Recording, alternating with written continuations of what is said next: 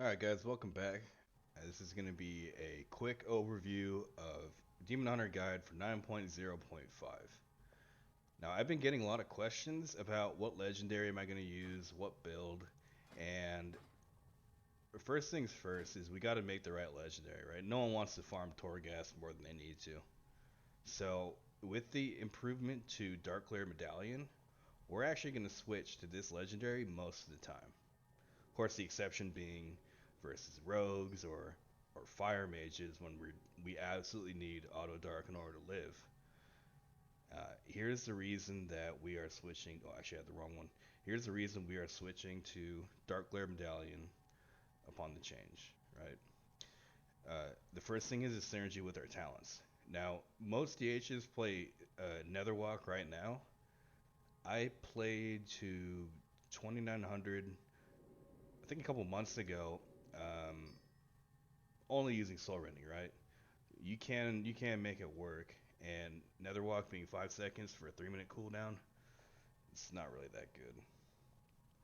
That being said, it still has its place, right? Like it's very strong against RMX, giving you an extra out as long as you're not stunned. But Soul Rending with this Dark Glare Medallion buff is actually going to greatly increase our survivability. A 40% chance not to reduce or not to incur the I beam cooldown is going to give us a lot more leash, a lot more time in meta. And when we're kicked on I beam, if we have another, then we're not going to lose that Furious Gaze. If we do get an I beam reset, we want to wait for Furious Gaze to expire before doing the next I beam. The reason is, although meta stacks the duration, Furious Gaze doesn't. I don't know why. Don't ask me. The second thing is what talents we want to take with this, right? We were disappointed over the performance of Burrs. Right, Burrs are yikes. Burrs are really bad. So in general, we still want to take this path with Naya's Tool Poison, right? The potency conduit is too good to miss, and the cooldown reduction on Blur is really not going to help us a whole lot, unfortunately. There's improvements to Blur down the road, this will change, but as of now, we're going to stick with going down this path, right? In the conduit selection, we want Unnatural Malice, Ravenous Consumption, incredibly strong conduit, of course, Viscous Ink, and Relentless Onslaught. Essentially, these are all our most powerful conduits, and we can have them all available in the tree. Now, the final ability doesn't have as much synergy with Dark Glare Medallion as with Chaos Theory, right? Because we have the potency conduit with Chaos Theory, we could get some pretty fat RNG bursts, but we need this overall increased survivability. It's going to effectively be an increase in leech, and it's going to allow us to do a little bit more outside the hunt, which we absolutely need. Next, we're going to go back into PvP talents, and I'm going to explain my selection, right? Because I think I'm probably the only demon hunter that, one of the few that doesn't use Glaive Tempest, right? But I'm going to go over and explain why right now. Uh, Fellblade and Demon Blades, you want to go every game at this point.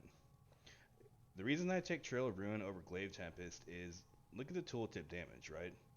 5,743. Well, Chaos Strike hits twice, does what, close to 4,100. Annihilation, close to 5k, right? The Fury cost is slightly less, but we have synergy with Chaos Strike Annihilation via the conduit. Previously, we had synergy with our legendary uh, Chaos Theory as well, right? So per GCD, we can actually get more burst out of not taking this, right? This is an extra GCD to waste. Instead, we can just spam annihilations and try to go for the procs. Also, we don't have to waste fury on this. We get a passive dot, which is surprisingly enough pretty strong. So there's some matches you won't be able to escape Netherwalk, right? But the Soul Rending is what we're gonna want to go with this new change of Legendary, and it's actually going to be significantly stronger after this change. Thank God, because right now it's definitely lacking, right? Unless you have a Mortal Strike on your team, these are your standard PvP talents. If you have a Mortal Strike on your team, you might want to switch out Mortal Rush for Detainment. If you're against an Elemental Shaman, you need this. Exceptions are when you're up against a Ellie Aflock team, because you're gonna jib yourself with dispelling most of the time. Here's the reason, right? Dispelling Flame Shock, since it has a cooldown for Ellie Shamans, really nukes their burst as it's affected by procs. The second thing is Primordial Wave, one of their burst ability, throws, I think it's a 70% lava burst on everyone affected with Flame Shock. So if you dispel yourself right before their burst, it actually neuters them a bit, right? And we're already pretty tanky against magic, so pre-dispelling Flame Shock can actually mean the difference between life and death, right? And plus, it gives them less procs. I mean, who wants that? So other than that, I mean, nothing's going to be set in stone until Tuesday, obviously, when this patch goes live. But aside from getting, annihilated by warriors, which already happens, and windwalkers, which will still happen, we're looking at some decent improvements, right? Uh, we might be uh, we might be taking Unbound Chaos, right? I haven't gone through and tested the damage yet or the burst, so stay tuned on that one. The last change we want to go over is Unbound Chaos. At this point, I need to spend some games playing it, like not a couple. I mean, like a couple hundred. At cursory glance, I'm still liking Trail Rune better, right? Because it's going to be more damage overall, which has better synergy with Dark Lord Medallion and Soul Rending, right?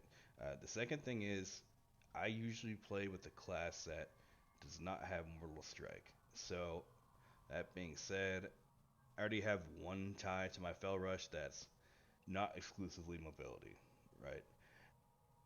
If I take Unbound Chaos, now I have two, and I'm going to be able to use my Fell Rush for myself, a lot less. Same thing goes for Immo Aura, right? Against Ellie Shamans, we need Immo Aura, right? However, if we also need to set up Unbound Chaos, it's going to prove a little bit too clunky.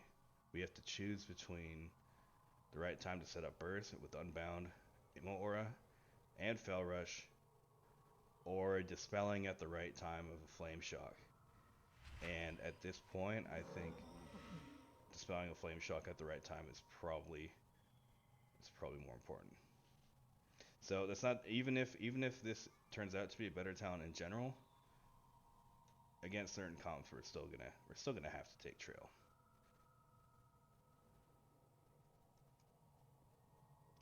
Other than that, stay tuned. Be sure to watch the stream. I'm going to be streaming more now that there's some new content to deal with, and hopefully we see some improvements in DH coming forward. The buffs to warriors, I mean, our POV versus warriors is already from the ground up, right?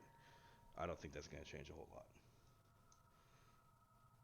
Like the stream, follow the stream, check for the link below. Thanks for watching.